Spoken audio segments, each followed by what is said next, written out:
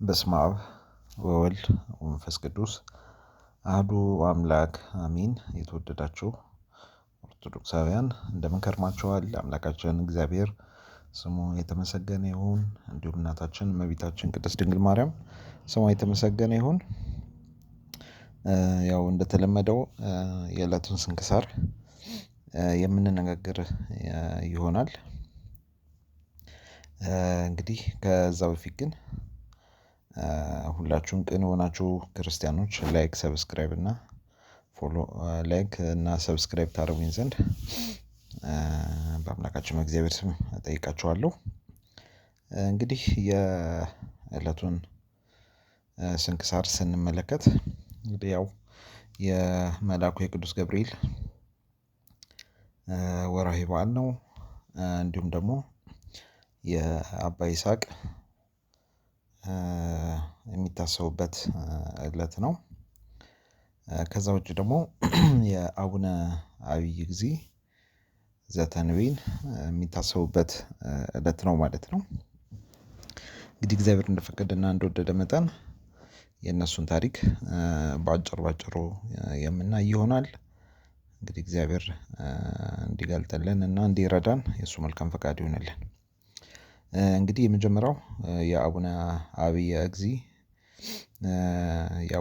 እግዚእ ዘተንቤን በዚህ ዕለት የሚታሰቡበት ቀን ነው።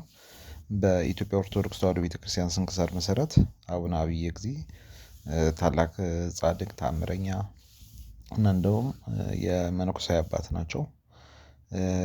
በዛ ላይ ብዙ ቅዱሳንን ያፈሩ አባት ናቸው። እንግዲህ አቡነ አብየ እግዚእ በዚህ ዕለት በግንቦት 19 ያረፉበት ቀን ነው ማለት ነው። እንግዲህ አቡነ አብየ እግዚእ የተወለዱት በ14ኛው ምዕተ ዓመት በትግራይ ተንቤን አካባቢ ነው። ወላጆቹ አባታቸው ያፍቅረነ እግዚእ ይባላሉ።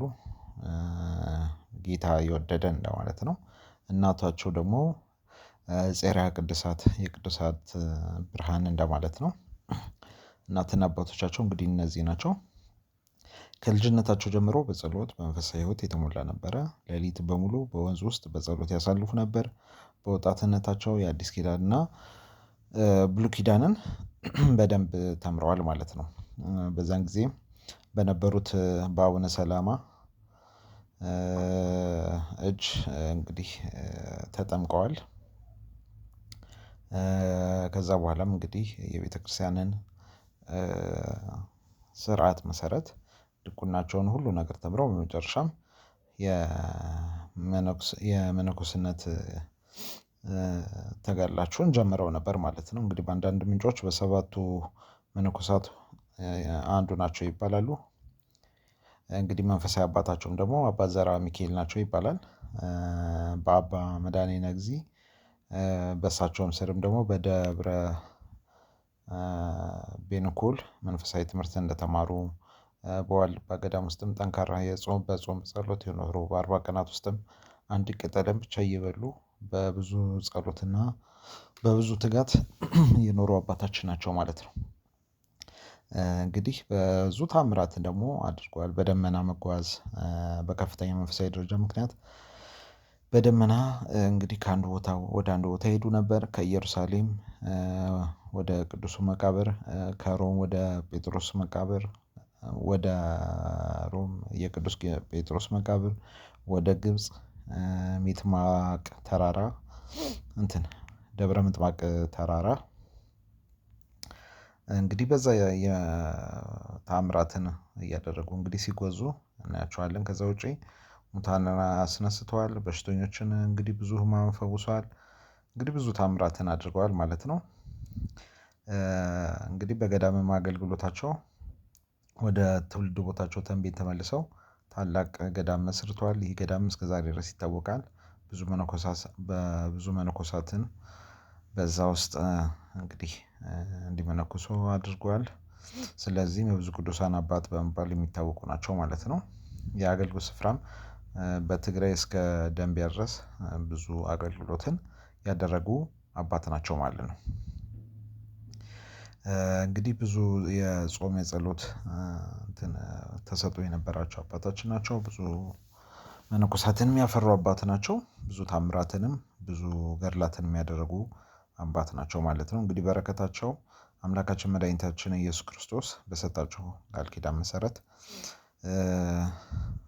እንግዲህ የእሳቸው በረከት ጸጋቸው በእኛ ላይ የሚያድርብን ዘንድ የአምላካችን የእግዚአብሔር ስሙ የተመሰገነ ይሁን። ሌላው እንግዲህ በዚህ ቀን የሚታሰቡት በኢትዮጵያ ኦርቶዶክስ ተዋሕዶ ቤተክርስቲያን ስንክሳር መሰረት በግንቦት 19 የሚታሰቡት በአባ መቃርስ ገዳም ውስጥ የነበሩት አባ ይስሐቅ ናቸው። አባ ይስሐቅ ናቸው። እንግዲህ አባ ይስሐቅ ቀሲስ ይስሐቅ በመባል ነው ቅዱስ ቀሲስ ይስሐቅ በመባል የሚታወቁ አባት ናቸው። በጸሎት በታጋሽነት በትህትና የታወቁ ካህን ናቸው ማለት ነው። እንግዲህ ልደታቸው በግብጽ ምድር ነው። ወላጆቻቸው ድሆች ነበሩ፣ ግን በበጎ ስራ ላይ በጣም የሚሳተፉ ከባለጸጎች ይልቅ በጣም አጥብቀው የሚሳተፉ ድሃም ቢሆኑም ግን ብዙ ነገሮችን የሚያደርጉ ወላጆች ነበራቸው። እንግዲህ አባ ይስሐቅ ምንድነው ወደ ገዳም አንድ ቀን አረጋውያን መነኮሳት ከገዳማቸው የእጅ ስራቸውን ለመሸጥ ወደ ከተማ ሲሄዱ አባ ይስሐቅም ተከተለው ወደ አስቄስ ገዳም የአባ መቃርስ ገዳም ነው ወደዛ እንደሄዱ ይነገራል ማለት ነው። እንግዲህ በገዳሙ ውስጥም አገልጋይ ሆነው ኖረዋል። እንግዲህ ታላላቅ ተጋድሎችንም አድርገዋል። በጾም በጸሎት በንጽህና በታጋሽነት በጣም ጠንካራ ሆነው በዛ ገዳም ሲያገለግሉ ኖረዋል ማለት ነው። በመጨረሻም የቅስና ማዕረግ ተሰጥቷቸው በእድሜያቸው ሸምገል ሲል ብዙ ትሩፋትን ቅድስናን አረጋውያን መነኮሳትን በመሰብሰብ ካህናቱን በማገልገል እንግዲህ ብዙ ነገሮችን የሰሩ ታላቅ አባት ናቸው። እንግዲህ አባታችንም በዚህ ቀን የሚታሰቡ ናቸው ማለት ነው። ስለዚህም በዚች ቀን በግንቦት 19 እለት በዛው በአባ መቃርስ ገዳም እያሉ ህይወታቸው ያረፈበት እለት ነውና የአባታችንም በረከታቸው በእኛ ላይ ይደርብን። እንግዲህ ሌላው በዚች ቀን የሚታሰበው የመልአኩ የቅዱስ ገብርኤል ወርሃዊ በዓል ነው ማለት ነው። በግንቦት 19 ላይ የመልአኩ የቅዱስ ገብርኤል ወርሃዊ በዓል የሚታሰብ ነው። እንግዲህ መልአኩ ቅዱስ ገብርኤል እንደምናውቀው የሰው ልጆችን የደስታ መልአክ ነው የሚባለው። ደስታን አብሳሪ ስለሆነ ለእመቤታችን ለቅድስት ድንግል ማርያምም እንዲሁም ለሌሎቹም ለዘካርያስም ደስታን ያበሰረ ስለነበረ ደስታን አብሳሪ የሆነ መልአክ ነው። እንግዲህ ተራዳይ መልአክ ነው። ለነብዩ ለዳንኤል በትንቢተ ዳንኤል ምዕራፍ 8 እና 9 ላይ ራእዮችን ሲተረጉምለት እንመለከታለን። ለዘካርያስ እና ለእመቤታችን ለቅድስት ድንግል ማርያም ብስራትን ሲያበስር እንመለከታለን። ሉቃስ ወንጌል ምዕራፍ 1 እና የሉቃስ ወንጌል ምዕራፍ 1 ከቁጥር 26 እስከ 38 የብስራት መልአክ እንደሆነ እንመለከታለን። እንግዲህ በተአምራቶቹም ስንመለከት ሶስቱ ወጣቶችን ሲድራቅ ሚሳቅ አብደናጎን ሐናንያ አዛርያ ሚሳኤል የምንላቸውን በታኅሳስ 19 ተአምራትን አድርጎ እንዳወጣቸው ከዛ ከእሳት ነበልባል እንመለከታለን። ለቅዱሳን ለነቢያት መልእክተኛ ሆኖ እንዲሁም ደግሞ በሀገራችን በኢትዮጵያም ደግሞ ለብዙ ሰዎች ለተጨነቁ ደራሻቸው ጠበቃቸው እንደሆነልንና ብዙ ነገሮች እንዳደረገልን እናውቃለን ማለት ነው።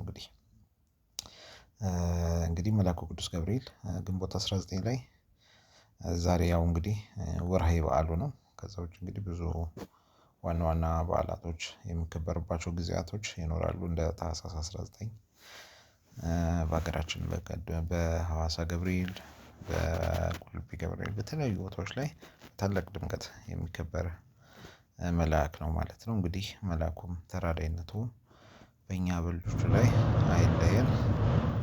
እግዚአብሔር አምላካችን ለሁላችንም እንግዲህ ባለብን መከራ ውስጥም በሁሉ ነገር ውስጥም በቅዱሳኑ በሰጣቸው ቃል ኪዳን በመላእክቱ ጠባቂነት ይራዘን ዘንድ የእሱ መልካም ፈቃድ ይሁንልን። ወስብሐት ለእግዚአብሔር።